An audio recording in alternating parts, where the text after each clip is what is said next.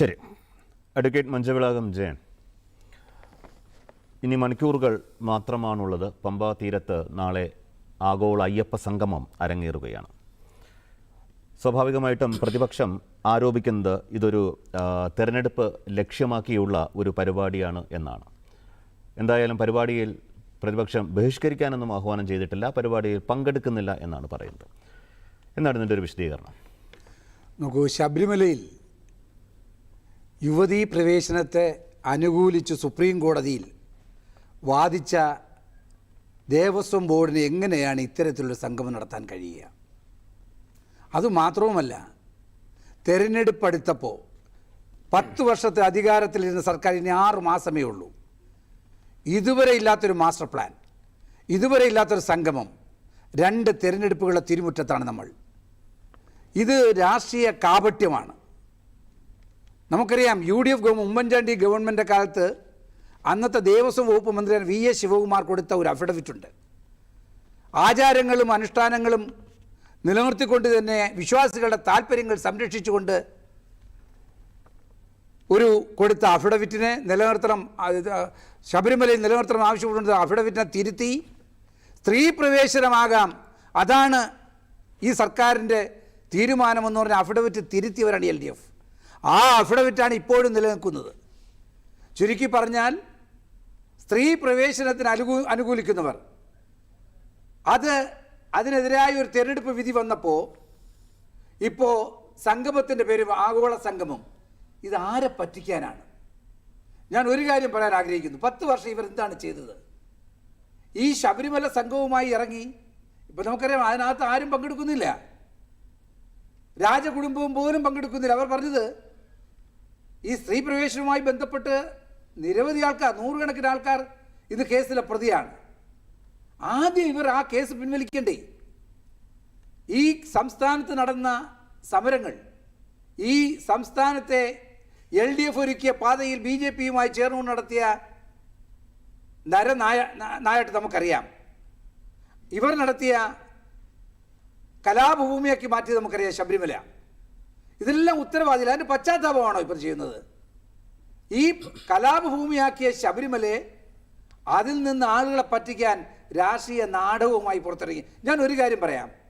UDF government കാലത്ത്, അതായത് അന്നത്തെ ദേവസ്വം മന്ത്രി VS ശിവകുമാറിൻ്റെ കാലഘട്ടം, ഞാൻ പറയുന്നു ശബരിമലയുടെ സുവർണ്ണ കാലഘട്ടമായിരുന്നു. കാരണം ഒരു ആരോപണങ്ങൾക്ക് ഇട കൊടുക്കാതെ VS ശിവകുമാർ ശബരിമലയിൽ എല്ലാ മാസവും പോയി. ആ ഉത്സവമായാലും സീസൺ ആരംഭിക്കുമ്പോൾ എന്തിനാ പമ്പയിൽ പോലും പോയി അവിടുത്തെ ഓരോ കാര്യങ്ങളിലും നേരിട്ട് ഇടപെട്ടുകൊണ്ട്, ദൈനംദിന കാര്യങ്ങൾ ഇടപെട്ടുകൊണ്ട് വളരെ ഭംഗിയായി നടത്തിയ ഒരു കാലഘട്ടമായിരുന്നു ആ കാലഘട്ടം. അന്ന് നടത്തിയ വികസന പ്രവർത്തനങ്ങൾ നമുക്ക് എല്ലാവർക്കും അറിയാം. പമ്പയിൽ 12.675 ഹെക്ടർ സ്ഥലവും നിലയ്ക്കലിൽ 112 ഹെക്ടർ വനഭൂമിയും വികസന പ്രവർത്തനങ്ങൾക്ക് വേണ്ടി ഏറ്റെടുത്തു ആ ഗവൺമെൻറ് കാലത്ത്.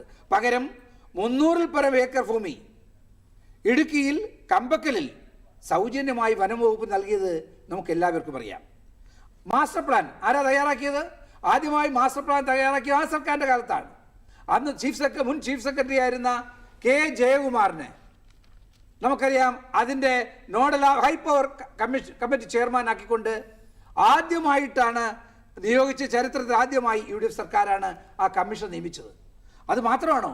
ധാരാളം കാര്യം നമുക്ക് അക്കമിട്ട് പറയാൻ കഴിയും. VS ശിവകുമാറിൻ്റെ കാലത്തായിരുന്നു സ്വീവേജ് ട്രീറ്റ്മെൻറ്റ് പ്ലാൻ കൊണ്ടുവന്നത്. പമ്പയിലെയും സന്നിധാനത്തിലെയും അലോപ്പതി, ആയുർവേദ, ഹോമിയോ ആശുപത്രികൾ ആരംഭിച്ചത്.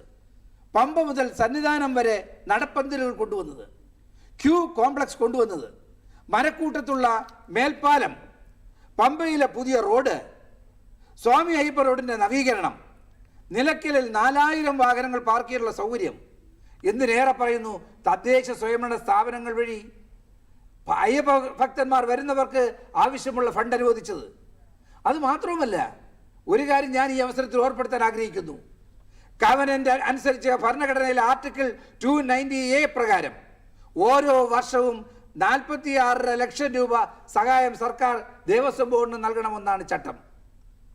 അത് 40.5 ലക്ഷം രൂപ ശബരിമലയ്ക്കും 6 ലക്ഷം രൂപ ശ്രീ പത്മനാഭസ്വാമി ക്ഷേത്രത്തിലേക്കുമാണ്.